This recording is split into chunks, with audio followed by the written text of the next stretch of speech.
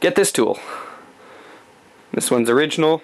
They can be found, usually about $100, $150, but pretty much a critical tool unless you own a lathe.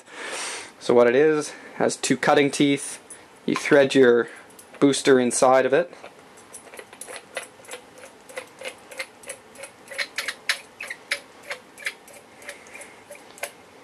Thread it in, and now you just simply crank the handle and it'll grind away all carbon deposits or anything like that that could be making the space on the booster smaller and therefore making it not function properly.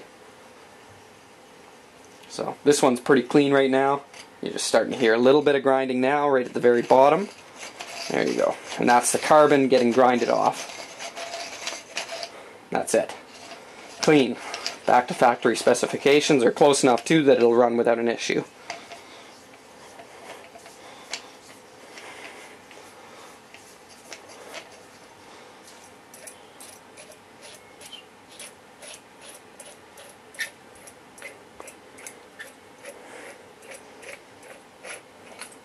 Now you want to be careful, obviously, when you dump this. I'll just dump it on my hands because my hands are filthy anyways already. And you see all that dust and grime that just came out, just a thin layer, but wouldn't be too much of an issue with this gun, but if it builds up long enough, it can actually impede the functionality of the gun. So, thread your booster back on.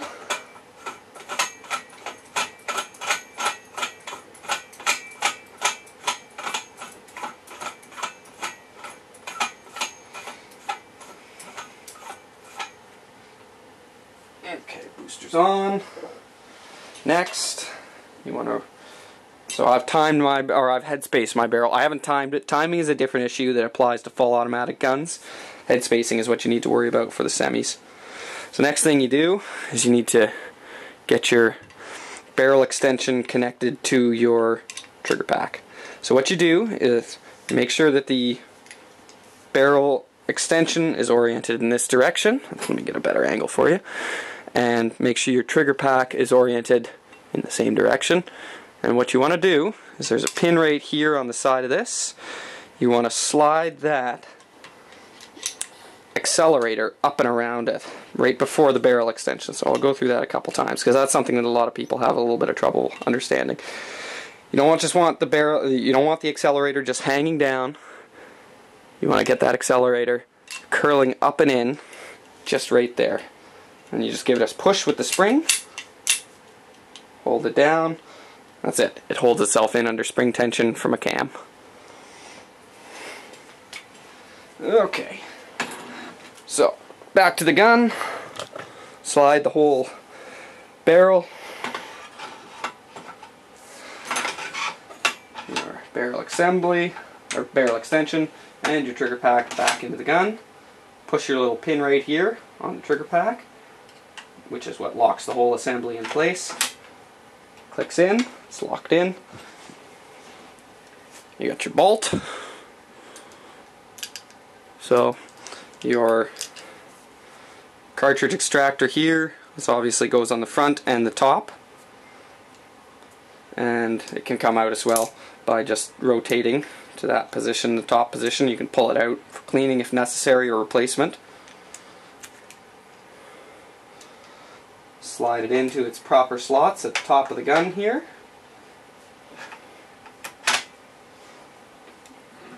Line up the hole, put your charging handle back in. And now is probably a good time to deal with the second method of head spacing. Don't take any of this for gospel.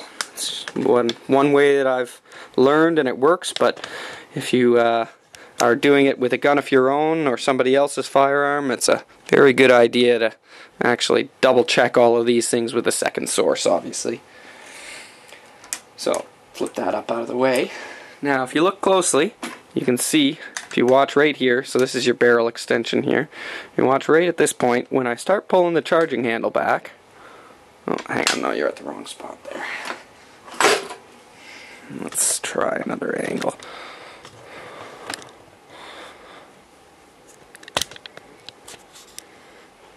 Alright, that might be a better angle.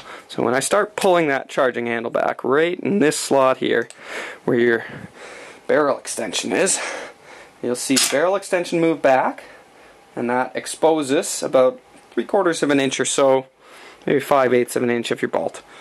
I'll move you in a little closer.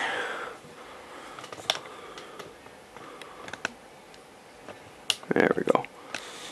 I'll zoom you back out. So there's your bolt. You can see those trademark notches, and then here, back here is your barrel extension. So when it goes forward, you see it click into place. Backwards, you see it starting to reveal itself.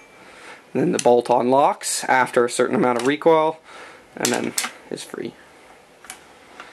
So one way to check it is grab yourself a pointed device. I'm not worried about the finish on my firearms, so on this one at least, because I've got plenty of barrels to spare.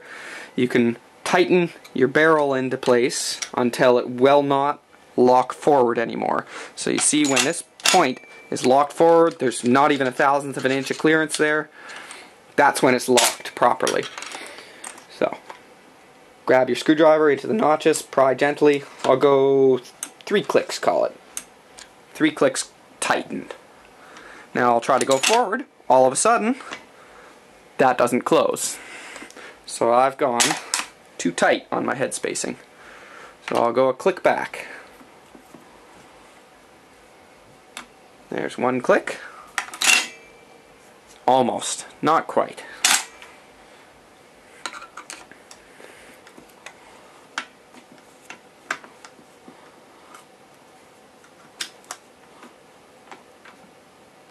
There we go. 2 clicks. She closes. Good. But now you want to go between 1 to 2 extra clicks. And that's to allow for proper head spacing of the gun.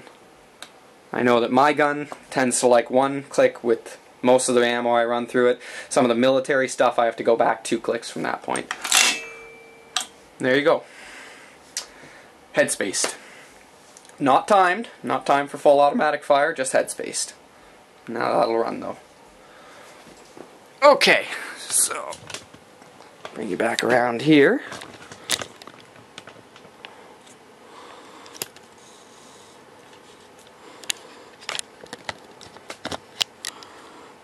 There we go. Now we want to put our spade grips back on.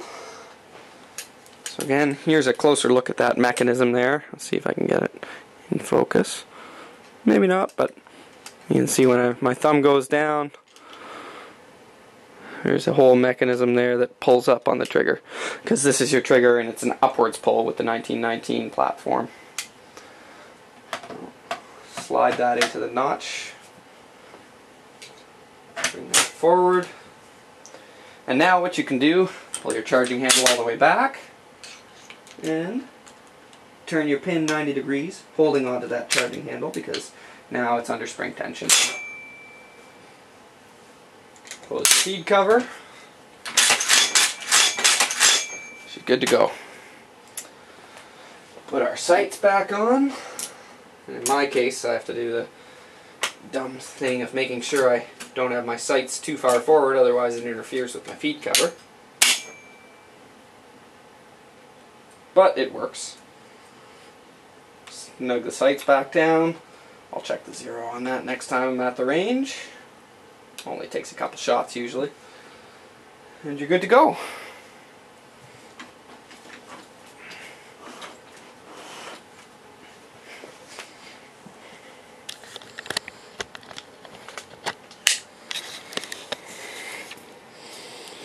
So there you go. Just a quick overview of a semi-automatic 1919. Hopefully it was somewhat informative for some of you guys. I'm sure some of you probably have a ton you could add to it too. But for now, hope you enjoyed the video. Shoot straight. Stay safe, guys.